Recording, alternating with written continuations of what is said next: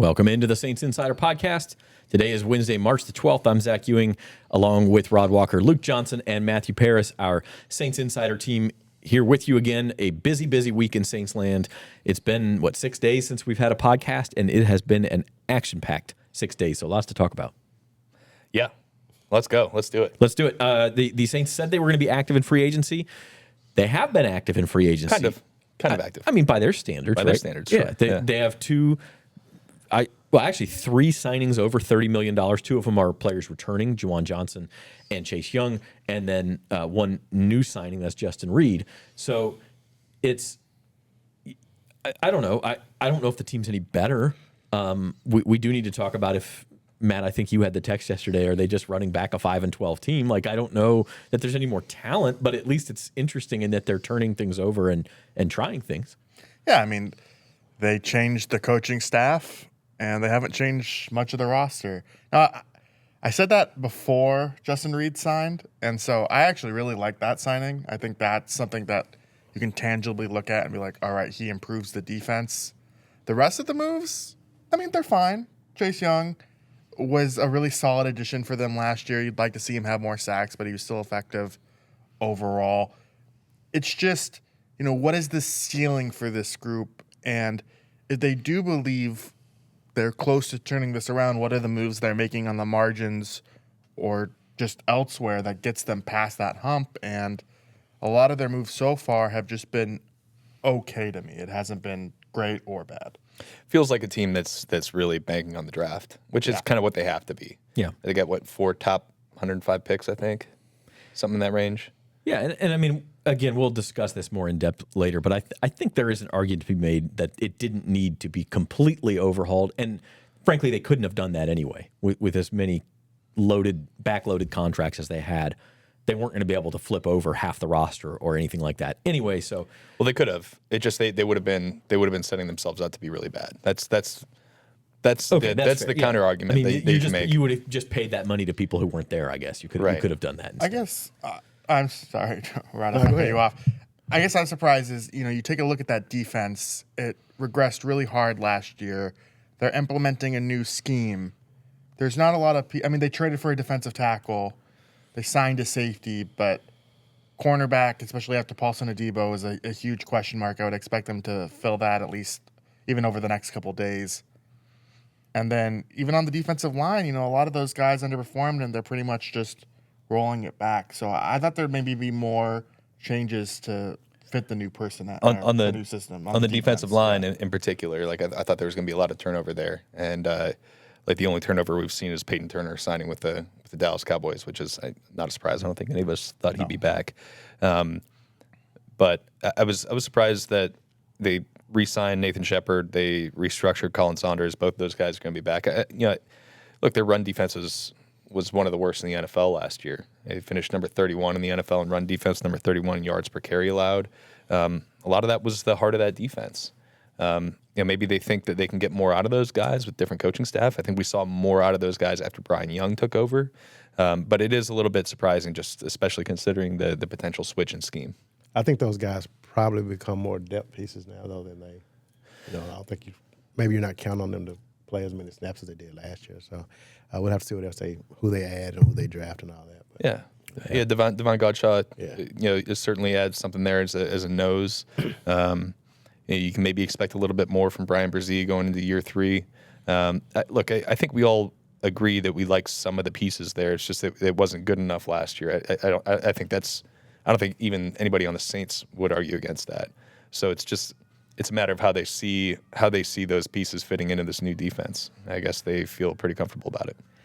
One of the other things that went on in the past few days, the Saints had a coaches meet and greet with the media Monday at the Saints facility on Airline. We were all there. I thought, first of all, kudos to the Saints and their coaches for doing it, because I don't think they didn't have to do that. And I think it was a good opportunity for them to see our faces, for us to see their faces.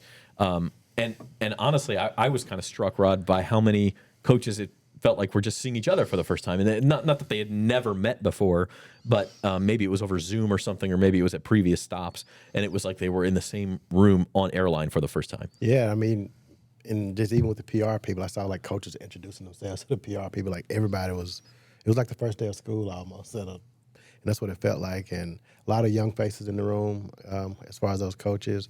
I know I talked to one of them who's the assistant receivers coach, Valero. Yeah, Kyle Valero. We're still learning the names. I mean, but he, he was talking about he just got here on Mardi Gras Day, and what a time! What a time to get into the office, city. like there was nobody in the office, and he didn't. There were some coaches there, but like the rest of the staff, the salespeople, all those people were off work, obviously. So I mean, these people they're literally like just getting here and just getting their feet on the ground. So a lot of work to do and a lot of catching up to do. Kellen Moore, by the way, did not go to Mardi Gras. So he's a little bit busy. He's gonna have to wait until next year to experience that. There were people on Twitter, they were upset that the coaches had a meet and greet with the media on the first day of free agency. They were like, "Oh, they should be working," but it was just an hour of the time. So. They're not negotiating contracts either. They did stuff. I mean, it's not like they sat on their thumbs. I mean, they were clearly like Kellen Moore was busy. He was supposed to come up, and then he didn't, and then he did come up. For the time he said he was going to, just later.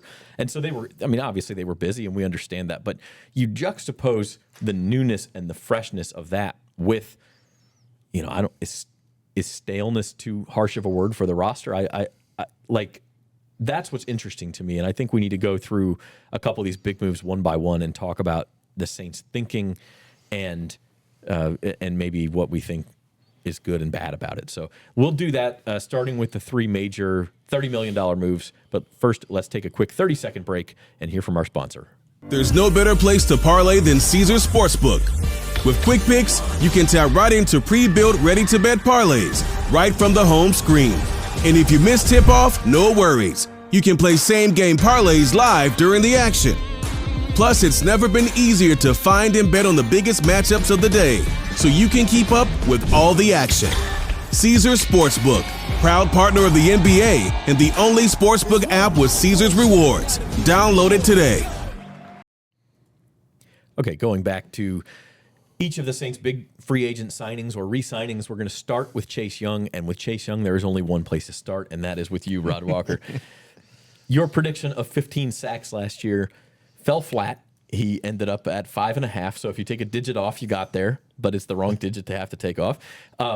But I will say this, and this is why Chase Young was in demand and why the Saints ended up giving him $51 million over 3 years. And it's because he showed that maybe not 15. I mean, maybe it's in there, but a double-digit sack season is in there somewhere. I mean, he was getting in the backfield. I don't know how predictive pressures are versus sacks historically. Maybe one of you guys knows, but he wasn't unproductive, and he was somewhat promising, I think. Yeah, I mean, his pressures were, I think he had 34, and his quarterback hits was, his numbers were pretty high, and they had like career high, I think, in both those categories. 7.5 is his career high in sacks. He did it twice, so I was just thinking he'd double up on that. I got caught up into the training camp hype in Irvine. I mean, he was like, everybody was in on it. DeMario Davis thought he'd have an MVP season, and I did too. But I think it's a good signing for him. I think he did show enough to, for them to do what they did with him. And I think he's going to have a productive season. I'm not going to put my sack prediction out there yet. Yeah, like $17 million a year sounds like a lot, but just the way the cap has exploded, the way these contracts have exploded specifically for defensive players. I mean, he's the 19th highest paid defensive end in football, or 19th highest paid edge rusher in football. And when you look at $17 million 4 years ago, that would have been like a $12 or $13 million contract. So it's only going to look better over the course of the deal. He's still just 25 years old. I think everybody understands that there's probably a lot of untapped potential there, even if he has been in the league for 5 years now? More than that. That should be 5, right? 5. 2020 was his first year, so this will be his sixth season. So, look, he might just be this, right? He might just be a guy who gets you some pressures, who falls somewhere between 5 and 8 sacks a year. But I think that's still a useful player, and I think it's still worth the gamble on that if he turns into more. He may never do it, but for what you're paying him, I think it's good. And I'm not going to say that about all of these deals, right? I'm certainly not going to be out here just saying the Saints can do no wrong, because they have done a lot of wrong over the last couple of years. But I think this particular signing, especially if they can if they can find a way to fit into the cap, when you consider the fact that he would have cost $9.5 million in dead money if his contract would have voided today, first day of the new league year. I think it makes sense. And I think the underrated thing about his season was that he stayed healthy. That's a big thing. Yeah, That was the question mark going into his year. His contract it's the whole reason he was here in the first place. was, that if he had missed games, he would have cost himself a lot of money. Like, that's how the contract was structured. And he showed that he could do it. And, if we want to hit the bell, it's too far. Wow. I've covered Chase. We're gonna move it. 5 seasons, 4 of them, 3.5. Like, I think he's matured a little bit. And that's, you didn't hear coaches wondering why he was freelancing or, why wasn't he just rushing the way that they wanted to. Like, he came here, he bought into what the Saints were doing, he fit in pretty well, and he was an effective player, even if it wasn't, oh my God, wow. And he's a good starter, and the money reflects that. Yeah. Yeah, staying healthy was huge. That's why he signed a really incentive-heavy 1-year deal with New Orleans last year. Is that a rare W for the Saints training staff? I mean, we get on him when all the players are injured, so maybe I think, I think I had somebody saying, well, now that he's got the money, he's not going to be motivated. He's going to be 28 when he hits free agency again. Like, he has plenty of motivation to be a good, productive player over the next couple of years, and because he still can cash in on another contract after this. I do think it's interesting. We talk about the pressures. Maybe at some point we do a deep data dive and do a story on this. And guys who have pressures but not sacks, do they ever turn into sacks, or is that just who they are? And I think about training camp, what you're talking about, because they can't actually bring a quarterback down in training camp, so the pressures look better because you're like, oh, hey, he was right there. That would have been a sack. Well, maybe it's not always, but it does feel a little bit like the baseball player who keeps hitting the ball hard, and you're like, well, they've got to eventually find holes. Like, Exit velocity. Yeah. What's the stat expected batting average, XBA. Yeah. I mean, like it just feels like maybe some guys are better at just getting a grip of a guy and bringing him down versus others. But at some point, if you're continually in the backfield, the quarterback's just going to run into you a few times, right? Yeah. Well, and I think it'll also, if they're able to continue addressing the pass rush, you find one of those like stand up outside linebacker types, which that might be what Chase Young plays in this defense. You don't know. When you have pressure from multiple people versus just one people, that can improve the numbers across the board, I think. And that was really where a lot of the problems stemmed last year is they'd get pressure from one guy, but it wasn't like the whole line kind of rallying around the quarterback, which is what we've seen in this defense in the past. So, I do think that there's more there. There might not be, but again, I think it's a worthwhile investment in case there is, because you're not paying top of the market money.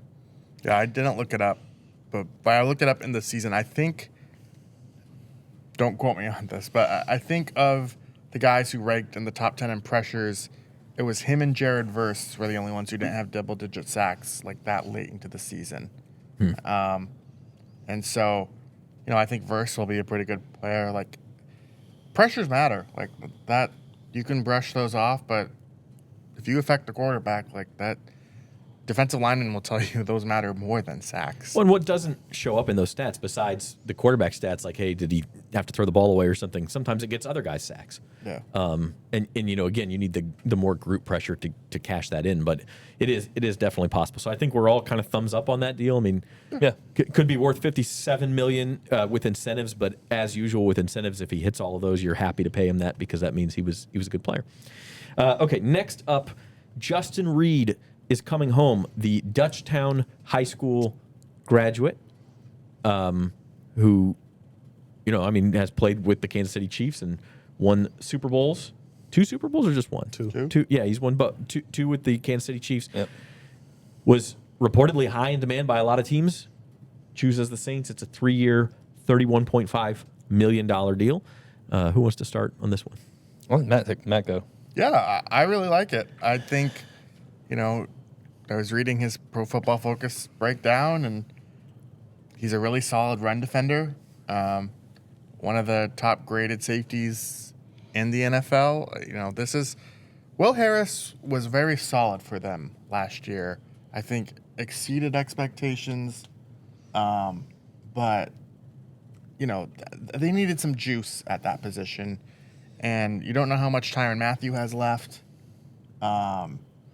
It's a spot that I think they could really, it was a huge question mark in camp, and it wasn't as much of a question in the season, but it was certainly a question after Will Harris left for the Commanders. So that's an upgrade, I think, for them, and it's a real solid signing. I was a little surprised about Will Harris. I mean, just because when I talked to him after the last game in the locker room, he talked about how much he liked it here and said it was like, it was better. He was in Detroit right before that. He said he just really liked this situation here, and he liked the organization and just the way they did things. And he sounded like he really wanted to come back here. And this was again back in January. So, but I do think Justin Reid's a good. I mean, I probably agree it is an upgrade as far as talent, and the Saints have done pretty well in finding safeties. It seems like so. I think this will be one that I'm going to give it a thumbs up as well. Marcus May notwithstanding. Yeah.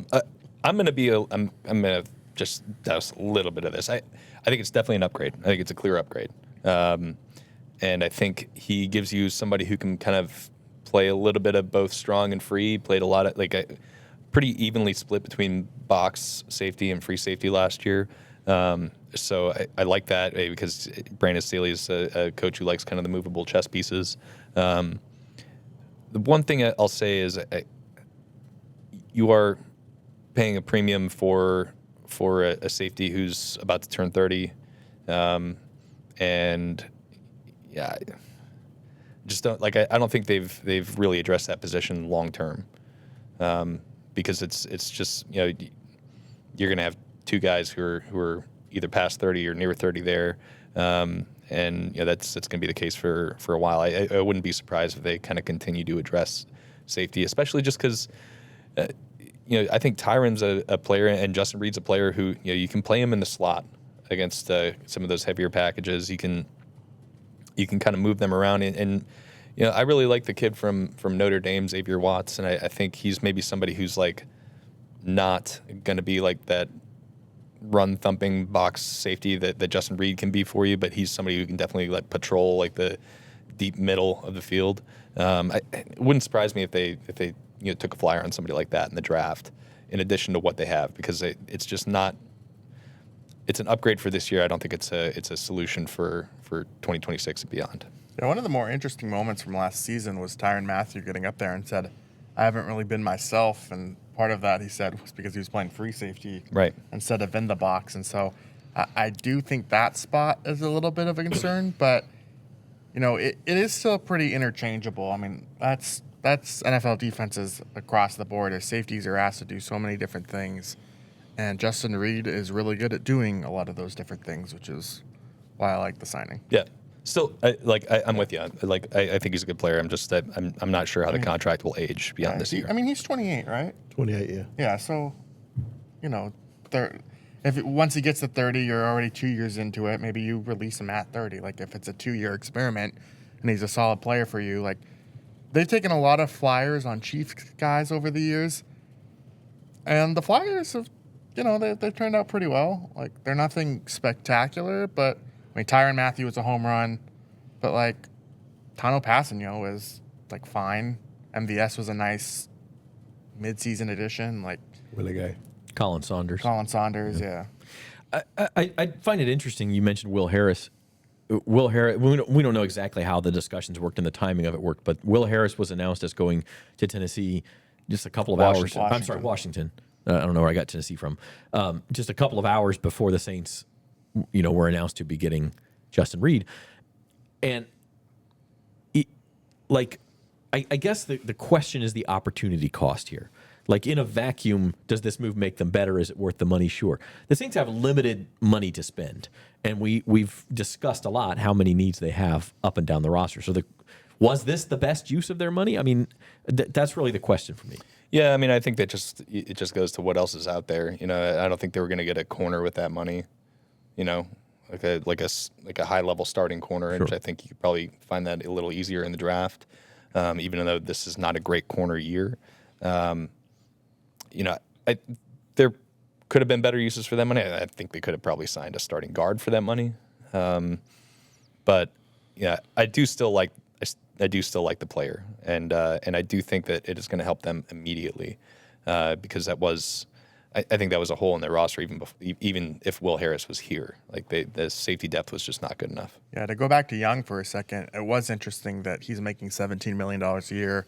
Paulson Adebo, who left, is making $18 million a year. So that occurred to me too. Did they choose one over the other? I think you chose. I mean, we don't know for sure, but it certainly looks like they chose edge rusher over cornerback. And I think that's a good decision. Just philosophically, I think you always want a premium edge rusher, at least over a corner to begin with. And they have younger cornerbacks who you would hope would take a step up, and Alontae Taylor and Kool-Aid McKinstry. I do think the secondary is probably, well, for me, it's more of a concern. I mean, this time last year, I thought the secondary was probably the strength of this team, and now I feel like it's like one of the weakest spots. Agreed. I mean, this time, by May of last year, Kool-Aid McKinstry was their fourth corner. Right. And now he's pretty much locked in as their starting outside corner. Right. Yeah, and that was always a strength of Dennis Allen, was coaching secondary. He's gone now too, so are a lot of the players.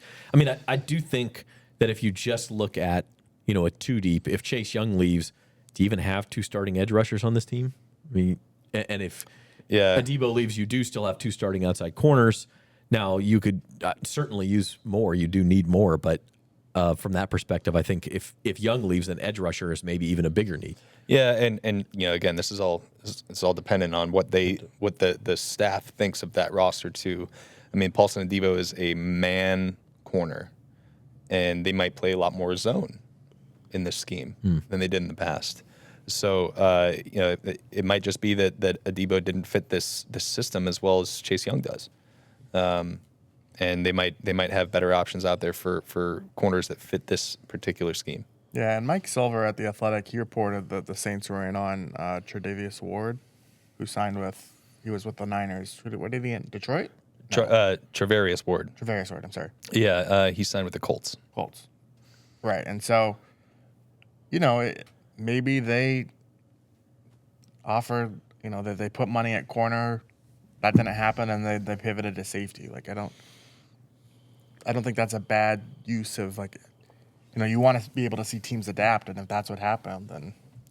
Yeah, we after a little more dust settles, we need to have a podcast. It might even be Friday about what needs are left and where they can address them, and what resources they have to do that. Throw a dart. Yeah, I mean that's they need everything. Yeah. The draft is obviously going to be a big part of that, but that's the next step of this. So, okay, the third $30 million signing. This one was for, I believe, it was exactly $30 million, right? Juwan Johnson, 3 years, $30 million.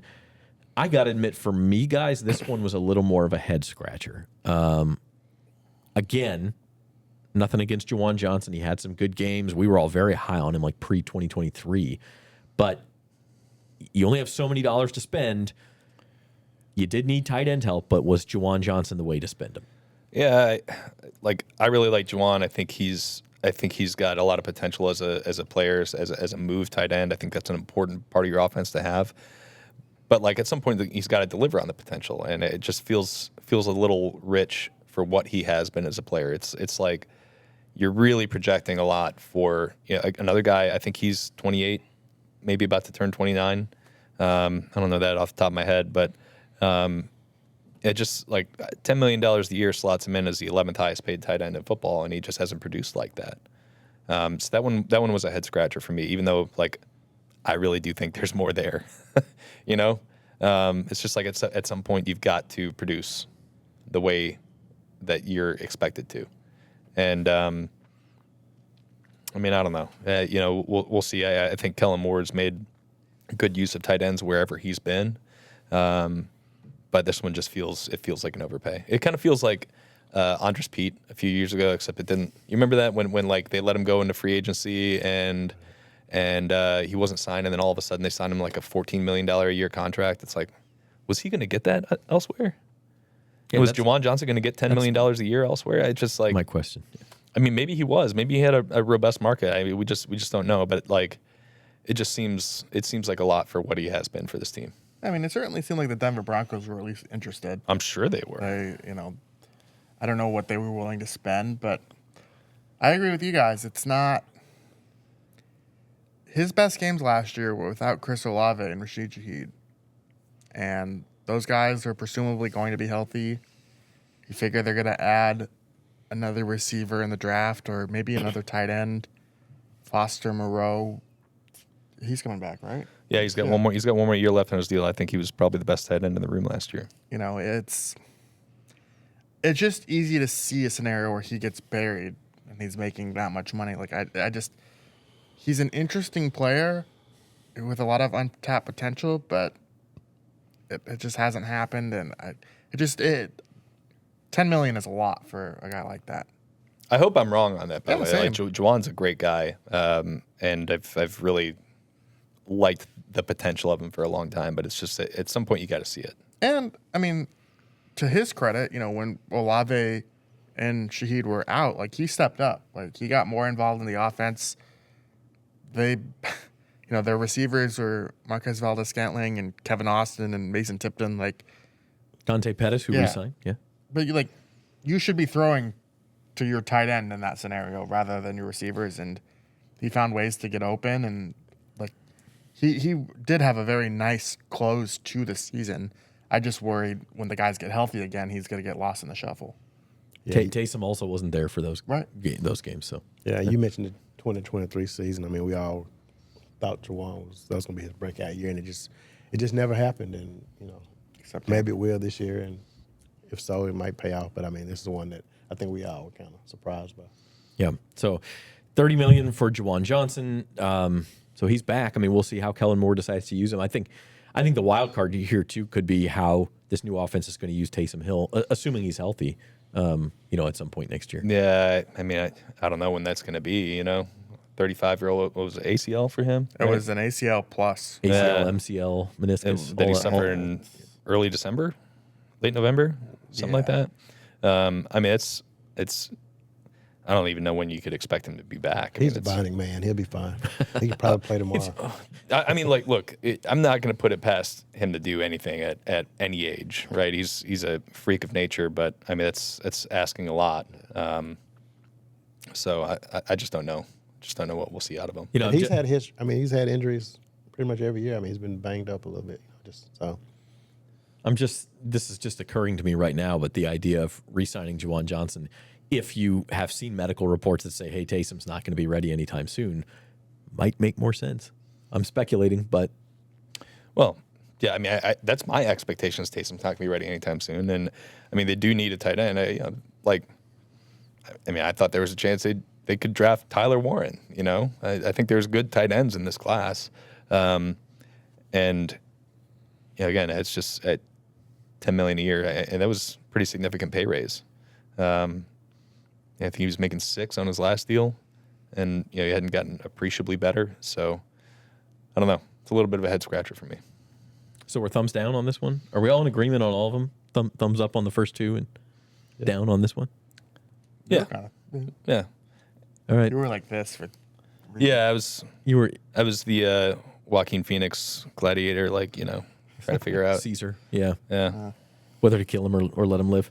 Well, I mean, that's exactly what it is in the movie. Yeah, but it's a little dark in this scenario here. All right. Speaking of dark, the Saints were 5-12 last year. And here we have a roster that looks so far remarkably similar to that. You take out a Paulson Adebo, you add in a Justin Reid, you take out a Marshawn Lattimore, you add in Devon Godshaw. Yeah, or Godshaw. I'm going to struggle with that name. I obviously this is not a complete picture, guys. They got 10 picks in the draft. Presumably, you make some good picks, and you're gonna peel some guys off the roster who are on there last year, and maybe that's what they need, because as Mickey Loomis has reminded us several times, they looked like a good team for 3-4 weeks last year. Right. And then the injuries came, and they clearly did not have the depth to keep it up. So if you add some depth, maybe the idea is we have that core, we have some depth, we have a new coaching staff, and it's all going to work. But I think you'd also be right to be skeptical, Matt. Yeah, absolutely. I mean, they were the most injured team on offense last year, and just what is the ceiling once they're healthy? I don't know. I mean, Kellen Moore, what he was able to do in Philadelphia and Dallas was really impressive, but you don't know if the pieces are all going to fit together the way they seemed like they were on track to do last year before everyone got hurt. Like, I mean, it's a good group, but I mean, even on the offensive line, there's still major questions. The receiver depth, like you mentioned, like there's just kind of a question mark at every position, and I don't know. Like I think Tampa's still good. Like the Falcons are maybe getting better. Who knows? Panthers, like this division is open, and I see why they're going for it again, but it's not. You still got to plug away at the holes, and there's still holes here that. But again, it's early March, so. Yeah, I mean they've still got some space to make some like smaller additions to this roster, which I'm sure we'll see a number of those come in, and they have their own top 10 pick for the first time in like 20 years, so they're going to add some more good players. It's just I think fairly after a 5-12 season, you're saying, well, do they have the right people in there? And they clearly made the decision they didn't have the right coaches in there. They've got almost an entirely new coaching staff. But, like, that's only going to have so much impact. The people who really drive the successes of your team are your players. And I think it's just, to me, it's a little bit of wishful thinking to say that, like, if we can stay healthy, which is, like, again, a giant if with this team because they haven't been healthy for years. If we can stay healthy, we can make a push. It's like, well, I mean, Chris Olave and Rashid Shaheed have been hurt like pretty much every year of their careers. Derek Carr has been hurt each of his 2 years as a starter. Eric McCoy has been hurt a number of the last couple of years after being really a healthy player their first couple of years. I just don't know if that's something you can really bank on. And I don't know if they really were in a position to just like tear it down. I mean, they could have, I guess, but it's a little bit of a head scratcher on that one too. Well, that's really the point. Is if they were, you couldn't turn it over too much. As you mentioned, they could have, but they would have been terrible. I mean, they could have, and they chose players on league minimum. Chose not to, right? Yeah. Like as soon as they restructured Derek Carr's contract, you knew that they were going to try to be competitive. It's just the avenue to being competitive is bringing back some of the better players on a bad team. And like you can't, some of these guys have contracts such as it literally costs you more to cut them than to keep them. You have to keep them because it's not like they're terrible players. I mean, if you're going to fill a roster spot, you might as well fill it with the guy you're already paying. But Rod, having said that, were you surprised there hasn't been a little more turnover? I mean, like I'm thinking of the defensive tackles that we mentioned specifically, Colin Saunders, Nathan Shepard. Those guys seemed ripe for, let's try somebody else. And then they trade for Godshaw, and you think they are trying something else, and then the next day you're like, oh, they restructured Colin Saunders and Nathan Shepard, they're bringing them back. And you're like, is the plan really to just run it back? It looks like it is. And I mean, just kind of talking to, the few times we've talked to Mickey, I mean, he's kind of said he thinks that this team can be good or that they are good. And it goes back to these injuries. That's kind of what everybody's banking on, that this team's not going to be as injured this year. And like Luke said, I mean, I don't know how you bank on that, but that's what they're counting on. And if I was a fan, like I wouldn't be optimistic about. I mean, I don't see anything on this roster that makes me think, okay, they're going to be better than last year. I just don't think they haven't gotten better since last week or whatever. So, but the ceiling when healthy, like they were 9-8 in 2023, and they were mostly healthy outside Michael Thomas and Marshawn Lattimore, which were big injuries, right? And Carr was banged up a little bit, but he didn't miss a game. Like, I mean, he had to exit three. But and he probably at least one of those, the one in Green Bay, that you could argue that cost him a win. It did, so and I mean he was terrible after those injuries, so maybe he rushed back too soon, and that cost. But that's the year they played out a bad. I guess my point is, they blamed the offensive staff in 2023 and said, "All right, we fixed the offense in 2024, we'll be better." They're just doing the same thing again, and you can only do that so many times. That's the thing I was going to say is they've talked themselves into it a number of times, and I just wonder when they're if they're going to get to a point when they finally just say, you know what, like what we're trying isn't working. Yeah, sometimes you got to let it go, man. Because they've been this it's been a different reason every year for why they haven't been as good as they thought they'd be. So I mean, this is that for me, for that specifically, that really boils down to the Carr decision, because even if you believed in the talent of the rest of the roster, like, could you have piecemealed it by getting rid of Carr, eating that money, and then getting someone, Marcus Mariota or even Justin Fields? Like, no, they wouldn't have. I don't know if they've been able to cut get Justin Carr. How do you afford Fields? yeah, that's true. I mean, yeah, he signed for $20 million. So, like, I don't know. Maybe you could have pieced it together, but they just didn't want to do that, and here they are. Yeah, I mean, and that's, I mean, to me, going to be the story of this season is, now we'll see about the draft and who else they add. I mean, again, it's not a complete picture, but right now it seems to me the story is how much difference can a coaching staff make? Because and health, right? But again, Taysom Hill, we don't know when he's going to be back, if he's going to be back, frankly. Rashid Shaheed, that was a fairly major injury. Is he going to be the same guy when he comes back? Chris Olave with the concussions. You never know. He's going to be on the edge of a extended absence if he has one more of those, right? Derek Carr, it's been multiple different injuries. Some of them have been kind of more freakish than others, but like, he's getting older. How many of these guys can you just say, oh yeah, Eric McCoy, he came back and then he had to leave again with the same problem? Like, oh yeah, it's just health. Well, it'll regress in a positive direction. I don't know. Yeah. Well, I mean, one of the major changes they did was on the sports science side, they hired Ted Rath. I had a chance to talk to him on Monday. he's an impressive guy. He was really impressive, and he was saying that, they have to really monitor everything that players are eating, their schedules of when and how they're working out, how hard they're pushing, like stuff that you would hope a sports science guy understands, and I'm sure Matt Ray would have said that too. But the thing that is interesting with that, I mean, he's been with the Rams and he's been with the Eagles, and those teams have been healthy, more or less. The Rams had 1 year where they hit really hard by injuries, but the Eagles have been pretty healthy. And it was funny. I mentioned to him, I was like, I know you weren't there last year, but what do you make when a team has 21 of its 22 starters healthy by the end of the season? He said, well, in 2022, we had every starter healthy. So he's like, there we go. And I was like, okay, this guy has clear confidence in himself to turn this around, and that's what they're going to need.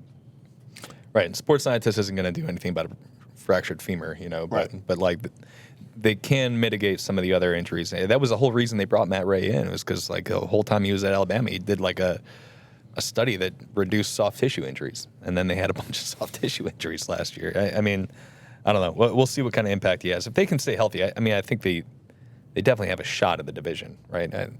Nobody in this division is going to blow you away, but staying healthy is a big issue. And again, I mean, I'm going to keep banging this drum. They need to hit on a draft. They've gone years without getting a true impact class in the draft. And they're set up to do it. That needs to happen this year. Yeah. They're set up to do it, but they've got to execute it. So we're going to wrap things up today. Again, this is going to be a full podcast later, I think, on what's next. But just over the next couple of days, maybe, guys, as free agent signings continue to roll in, what do you expect the Saints to do? I mean, we're probably more on the lower level end now of just do we even know how much money they have right now based on contract structures? No, because the numbers on Chase Young, Juwan Johnson, and how the dead money hit on those guys figures out. I'm not sure on that. And Tyrann Mathieu, I'm not sure what his cap number is going to be this year either after he reworked his deal yesterday. I think that was still officially going on into this morning. So yeah, I think there's still too many moving parts to see how much cap space they have currently. But it's not Kai a lot. Harley knows, but he's not going to tell me. Yeah, it's not a lot. Anyway. Yeah, I mean, I would expect them to at least address the offensive line a little bit, whether that's bringing back Lucas Patrick or signing someone else in a flyer. Cornerback's a question. Those are the corner and offensive line is kind of where I would look at over the next few days, and then maybe everything else you can figure out through the draft. Veteran wide receiver too. It wouldn't surprise me if they brought one of those. Backup running back. I mean, all of those are needs, whether it be through the draft or free agency. And so I guess we just get to see how they want to address that. And maybe that tips their hand to who they may like in the draft. Yeah, I mean, a lot of holes on the roster still, and I don't think we're going to see anything that's going to really like move the needle as far as the fans. I mean, I think it's just going to be kind of like last year's free agency outside of Chase Young, I guess. I don't think anybody's going to get everybody fired up about this season. So to me, the draft is what it's going to come down to. All right, so we will be back possibly as soon as Friday. How you guys feel about a Friday pod? Yeah, sure. Yeah, Sure. I think we do a Friday podcast and continue to talk Saints free agency. New league year is here. Some of these guys will get introduced as Saints in the next few days too, and we will be with you every step of the way. You can read our stuff at NOLA.com/Saints. These guys, a couple of really good stories already from that Meet the Media luncheon on Monday, and more to come from that. And you can also subscribe to the YouTube channel, Saints at NOLA.com, and you get to see all of our hijinks instead of just listening. If you're on the podcast, it's a lot easier to leave comments and things like that too. We appreciate all of that interaction. For our producer, Norman Bell, he's Rod Walker, Luke Johnson, and Matthew Paris. I'm Zach Ewing. Thank you for watching the Saints Insider. Pew, pew.